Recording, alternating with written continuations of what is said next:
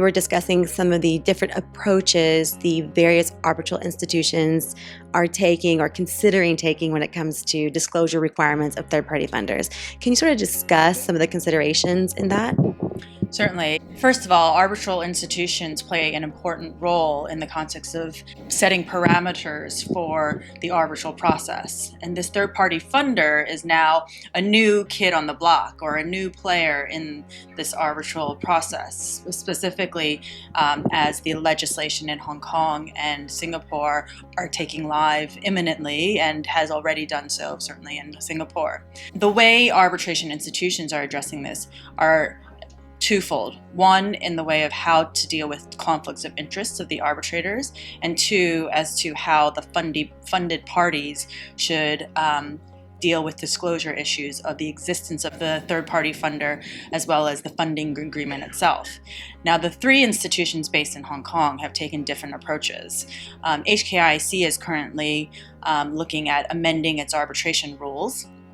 And in this proposed amendment, they have mandated the disclosure of the existence of the arbitration funding agreement, as well as the funders themselves, as well as when the termination agreement happens. But not much other detail other than just that, just the high level sort of information. Correct. And then, well, actually, they've also given details as to the notice of when that should happen, as well as the time period in which it should happen. And secondly, they have included proposed amendment to the confidentiality provision in the arbitration rules to reflect the language set out in the Hong Kong Arbitration Ordinance, which creates a carve-out for total express confidentiality, but for third-party funders and any communication between the funded party and the third-party funders. All right, so what about the other two institutions you were discussing?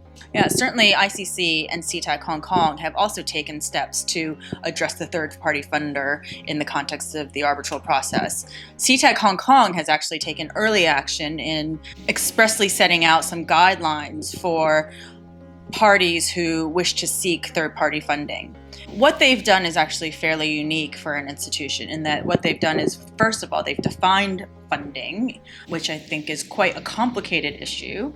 And second, they've created some sort of a checklist for parties who are seeking potential funders, and that they have expressly advised that the funders should have certain capital adequacy. And so they've given off some tips as to what parties looking for funding should be looking for.